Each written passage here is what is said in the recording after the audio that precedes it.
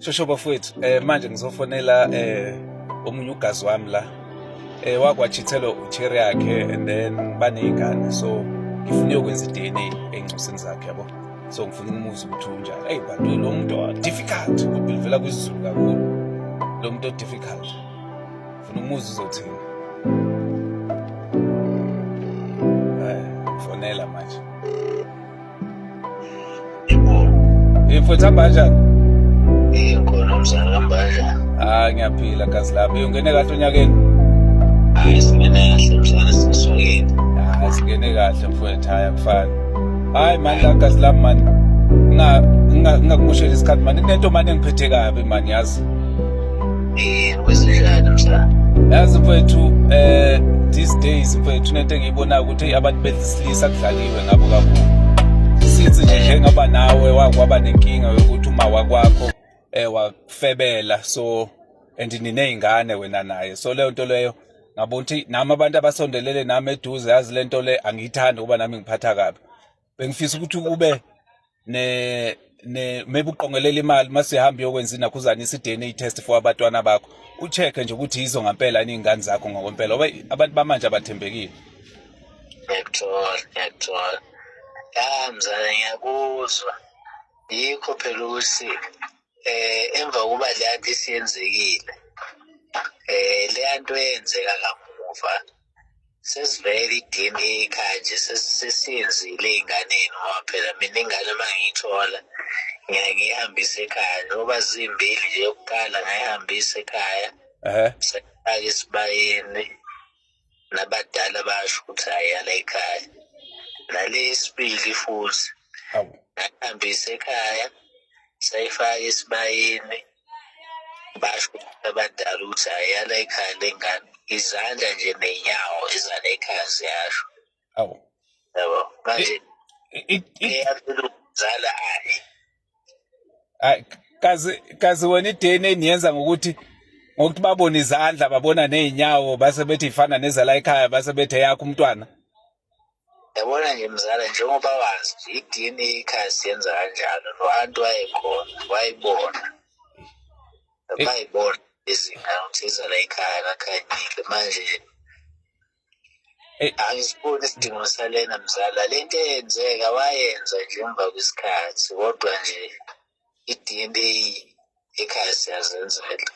Labantwana nje izandla ney'nyawo kuyasho ukuthi hayi bakithi. Ya mfowethu, ngiyakuzwa kodwa phela lokho akusinto ongaba neshosho 100% ngayo ukuthi inyawo nanani, uyabona, ngoba nanokuthi ingane ifakwe esibayeni ngoba khona nezingane ezizintandane engazazi nje izibongo zazo kodwa nje ziyaphumelela empilweni and nabantu, uyabona. So engizama ukusho ukuthi akusho ukuthi ingane mayifakwe esibayeni or yacheckwa inyawo o nezandla ukuthi eyakho ngempela, kodwa ongakhona ukuba shosho ngakho ukuthi hambe kuyocheckwa igazi ukuthi igazi elirana phakathi kwemthanjeni yalo eyakho na. Uthini mzala ngokuthi odokotela mangabe behamba bebethatha amagazi akho lapha nawe ingane bengena emalebhu, uma ngabe bebuya lapha bethi hayi lezi ingane akuzona ezakho, uyabona ukuthi maningi amathuba ukuthi bethi lezi ingane ezakho, ngoba uma bethi akuzona ezakho bazotheka ba ngoba phela odokotela uyazi nawe bayathenga. Hayi yabona phela umuntu ozobazi ukuthi ingane ikabani umnikazi wendaba uma wey'ngane phela yilabantu mfowethu bayakhona ukufihla, njengoba awazi ukuthi before wayekade eganga nobani before ubambe. Ngiyazi ukuthi ubambe senabatwana kodwa-ke before ubambe awazi ukuthi wayenzani ungazi wena mawusemsebenzini, yabona. Ngiyakuzwa mzala, khona iqiniso ukuthi isibongo sengane saziwa mina, kodwa mina ngiyakholelwa kakhulu ekuthenini lokho okwenziwa ekhaya kungaphezu kwalokho okwenziwa abelungu elebhu, yabo. Yeah. Udokotela ukutshela le nto afuna ukukutshela yona usuke ungekho enza le nto le, uyayibona loo nto, usuke ungekho wena udokotela eselebhu. Engabuya into lento ekutshela ukuthi lezi ngane zakhe vala umlomo uzothini ngoba ngisho ngakukhombisa lawo magazi ethi yabo ayefana awazi lutho nawe ngoba phela awuyifundele lento uzobuya nje kutshela ukuthi hayi ezakho lezi ngane. Hayi mfowethu abawaqamba manga. I think kunohlelo kwakuthiwa utatami. Bani tatakho or utatami awukhumbula? Wakwalibuka?